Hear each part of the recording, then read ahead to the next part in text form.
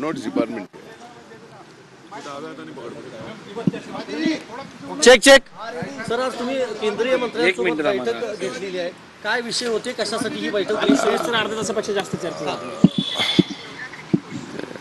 पहिल्या प्रश्नाचं अगोदर मी उत्तर देतो की महाराष्ट्रामध्ये मी महायुतीतला मंत्री म्हणून अन्न व नागरी मंत्री म्हणून जी काही जबाबदारी घेतली त्यानंतर पहिल्यांदाच केंद्राच्या सुद्धा अन्न व नागरी पुरवठा मंत्र्यांना भेटून महाराष्ट्रातल्या अन्न नागरी पुरवठ्याच्या संबंधित जे काही विषय आहेत, ज्या अडचणी आहेत, त्यांची मोठ्या प्रमाणामध्ये चर्चा होणं फार आवश्यक होते. एकंदरीतच लोकसंख्या वाढल्यानंतर जेवढं लाभार्थ्यांना लाभ मिळाला पाहिजे, आत्ता फक्त 7 कोटी महाराष्ट्रातल्या लोकांना लाभ मिळतो.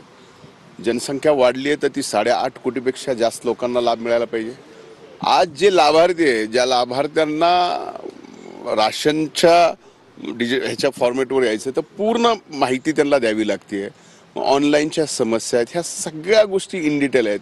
मी त्याची नोट आपल्याला देतो. 8-9 महत्त्वाचे विषय होते, ज्या विषयामध्ये त्यांच्याशी चर्चा करून मार्ग काढणं फार आवश्यक होतं. अनेक लाभार्थी अन्न व नागरीच्या आपल्या पुरवठ्याच्या संबंधात लाभार्थी ठरत असून सुद्धा त्यांना लाभ मिळत नाही आहे.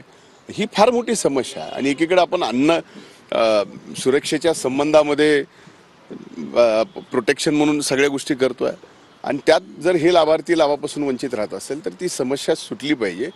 या अगोदर पण हा विभाग या संबंधित पाठपुरावा करत होता. आज मी म्हणलं की आपण मंत्री झालोत, आदरणीय जोशी साहेबांचं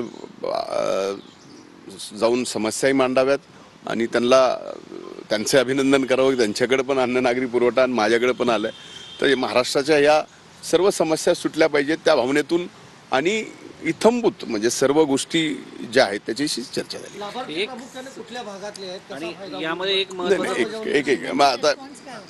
आता त्यांनी आदरणीय जोशी साहेबांनी अतिशय पॉझिटिव्ह रिस्पॉन्स दिला. लाभार्थी हे संबंध महाराष्ट्राचे लाभार्थी आहेत, पण प्रामुख्यानं जिथं ऑनलाईनची समस्या आहे, जिथं राशन कार्डची समस्या आहे, जिथं राशन कार्डच्या संबंधात मला नाव लावायचं आहे, ह्या ज्या समस्या आहेत त्या सर्वदूर महाराष्ट्रातल्या आणि त्यातल्या त्यात मागासलेल्या महाराष्ट्रात सुद्धा आहेत आणि शहरी भागात सुद्धा आहेत. काही जणांचं आता आपले PBS सिस्टीम आहे त्याच्यात थंबचा विषय आहे, काही ठिकाणी त्यात प्रॉब्लेम, ते फार मोठे इश्यू आहे ज्याच्यातनी हजारो नाही तर लाखो लाभार्थी सुरक्षेच्या लाभापासून वंचित राहत होते. ह्या सगळ्या गोष्टी सर्व्हर डाऊन पडतं अनेक वेळा जेव्हा लोक राशन घ्यायला जातात आणि तो समोरच्याची इच्छा असते राशन देण्याची, तो देऊ शकत नाही, हा घेऊ शकत नाही, अशी परिस्थिती रेशन कार्डच्या बाबतीत पाहायला मिळते. खरं आहे, ही अतिशय महत्त्वाची गोष्ट तुम्ही बोललात. त्याचा सुद्धा आमच्या चर्चेमध्ये फार उल्लेख झाला. सर्व्हर अनेकदा नाही तर बऱ्याचदा कायम बंद असतं. त्याच्यामुळं स्वाभाविक आहे की आम्ही मागणी करायची, त्यांनी घ्यायचा नाही. आणि महत्त्वाचं काय, आम्हाला जे महाराष्ट्राला आवंटन केलेलं धान्य आहे हे 7.5 कोटी 20 लाखाचं आहे, 7 कोटी 20 लाख जनतेचं. आता लोकसंख्या वाढली आहे त्याच्यामुळं लाभार्थ्याची संख्या पण वाढायला पाहिजे.